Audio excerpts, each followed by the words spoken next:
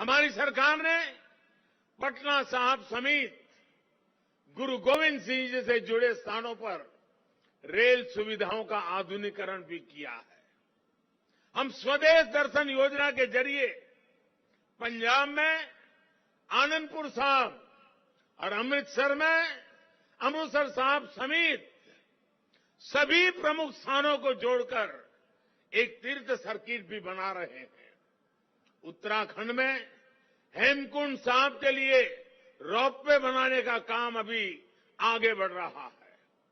साथियों, श्री गुरु ग्रंथ साहिब जी हमारे लिए आत्म कल्याण के पथ प्रदर्शक के साथ साथ भारत की विविधता और एकता का जीवंत स्वरूप भी है।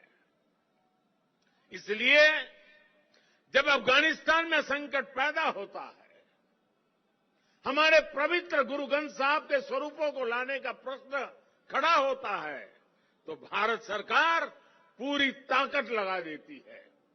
हम न केवल गुरु ग्रंथ साहिब के स्वरूप को पूरे सम्मान के साथ शीर्ष पर रखकर लाते हैं, बल्कि संकट में फंसे अपने सिख भाइयों को भी बचाते हैं।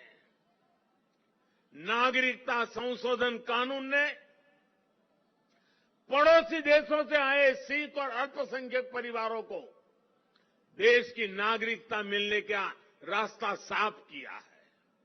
ये सब इसलिए संभव हुआ है क्योंकि हमारे गुरुओं ने हमें मानवता को सर्वोपरि रखने की सीख दी है। प्रेम और सौहार्द हमारे संस्कारों का हिस्सा है।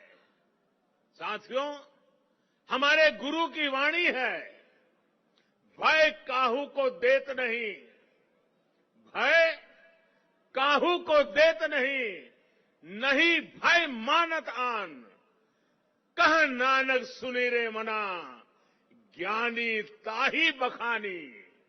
अर्थात ज्ञानी वही है जो न किसी को डराए और न किसी से डरे। भारत ने कभी किसी देश या समाज के लिए खतरा नहीं पैदा किया। आज भी हम पूरे विश्व के कल्याण के लिए सोचते हैं, एक ही कामना करते हैं। हम आत्मनिर्भर भारत की बात करते हैं तो उसमें पूरे विश्व की प्रगति लक्ष्य का सामने रख करके हम करते हैं। भारत विश्व में योग का प्रसार करता है तो पूरे विश्व के स्वास्थ्य और शांति की कामना से करता है। कल ही मैं गुजरात से लौटा हूं। वहां विश्व स्वास्थ्य संगठन के पारंपरिक चिकित्सा के ग्लोबल सेंटर का उद्घाटन हुआ है। अब भारत विश्व के कोने कोने तक पारंपरिक चिकित्सा का लाभ पहुंचाएगा, लोगों के स्वास्थ्य को सुधारने में अहम भूमिका निभाएगा। साथियों, आज का भारत वैश्विक द्वंद्वों के बीच भी पूरी स्थिरता के साथ शांति के लिए प्रयास करता है, काम करता है।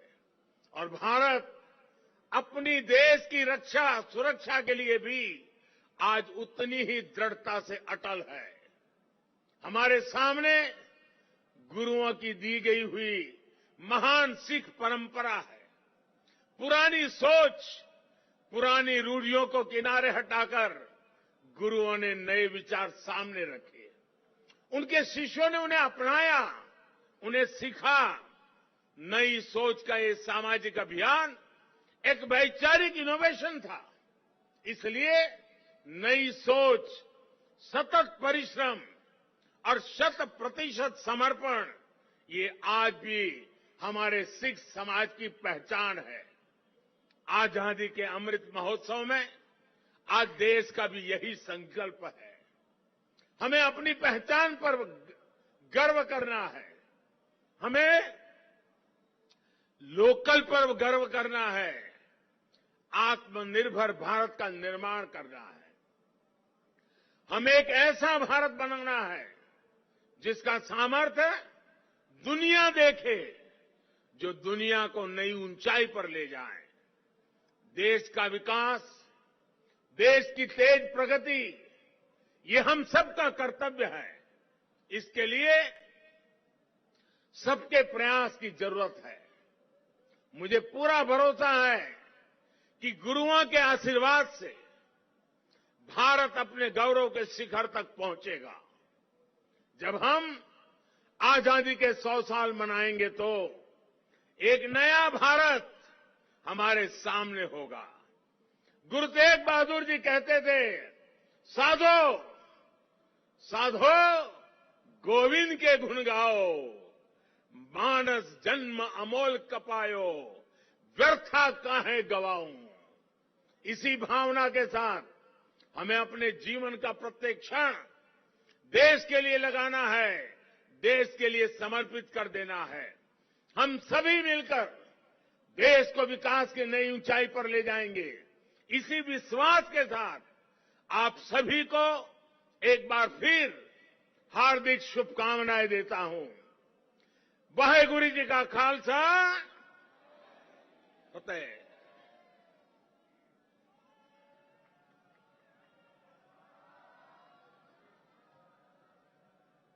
बोले सो निहाल।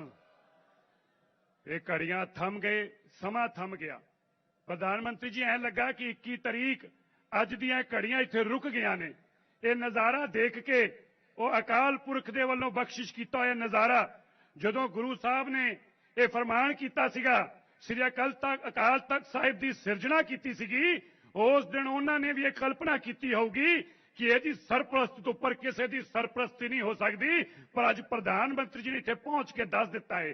श्री अकाल तख्त साहिब, प्रधानमंत्री जी यहां से तख्ते ताउज बांध कर जिस तख्त के ऊपर मान था मुगलों को, उसको बांध कर हाथियों के साथ श्री अकाल तख्त साहब के चरणों में लेके गए और कहा, ये अकाल तख्त सबसे महान, सच्चा, सुचा ते सब तो उच्चा है। और तुसी अज इत्थे पहुंच के उस गल की प्रौढ़ता की, उस गल ते मोहर लाई आ कि श्री अकाल तख्त साहिब की सर्वोच्चता उच्ची सी, उच्ची है ते उच्ची, जोर न बोलो ते उच्ची।